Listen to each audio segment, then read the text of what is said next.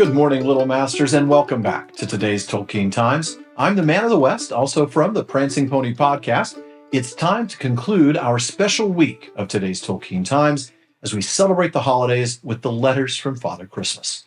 And we're going to wrap up this first year of the letters from Father Christmas by looking at the longest one so far, the letter of 1927. Father Christmas starts off pleading poverty. I get poorer and poorer. Still, I hope that I have managed to bring you all something you wanted, though not everything you asked for. Now, here he's specifically referring to Michael and Christopher, who are ages 7 and 3. John, who's 10 by now, is apparently over his belief in Father Christmas, as the old man says, I suppose he's growing too big and won't even hang up his stocking soon. We start getting some of that hilarious back and forth between Father Christmas and everybody's favorite Ursine, North Polar Bear.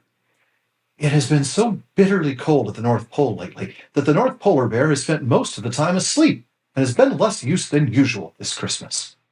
Everybody does sleep most of the time here in winter, especially Father Christmas.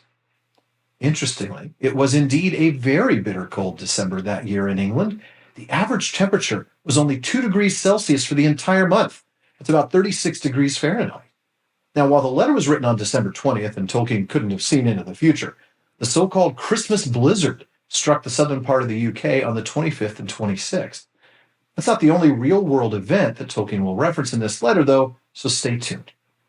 Father Christmas tells us that NPB put his nose against the North Pole itself, taking the skin off, predating the Triple Dog Dare of A Christmas Story by some 56 years. Father Christmas goes on to talk about the lack of northern lights and then says that the North Polar Bear has got his cousin and distant friend, the Great Bear, to shine extra bright for us, and this week I have hired a comet to do my packing by, but it doesn't work as well.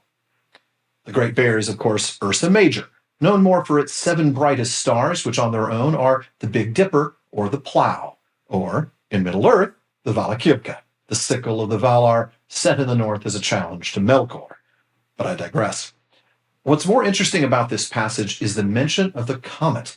And that's right, it's another real-life reference. I'm sure to mispronounce this, but comet Skellerup Marastani is a long-period comet that was very bright in 1927, observable with the naked eye for December. It was so bright that it was even visible in daylight on a couple of days, so long as you covered up the sun with your hand. Now, NPB has continued to be getting up to his usual antics. Father Christmas tells us that yesterday he was snowballing the snowman in the garden and pushed him over the edge of the cliff so that he fell into my sleigh at the bottom and broke lots of things. One of them was himself. I used some of what was left of him to paint my white picture. We shall have to make ourselves a new gardener when we are less busy. North Polar Bear is also busy getting the man in the moon drunk. After he came down from the moon to visit Father Christmas, the Man of the Moon's fingers were cold, and North Polar Bear made him play a game called Snapdragons. Sean and I talked about this on the PPP way back when. Apparently, this is a game in which you fill a large bowl with brandy, toss in raisins, light the brandy on fire, and try to snatch the raisins out of the bowl and pop them into your mouth.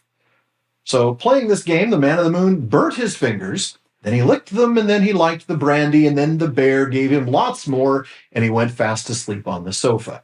Then I went down into the cellars to make crackers, and he rolled off the sofa, and the wicked bear pushed him underneath and forgot all about him. North Polar Bear justifies his actions.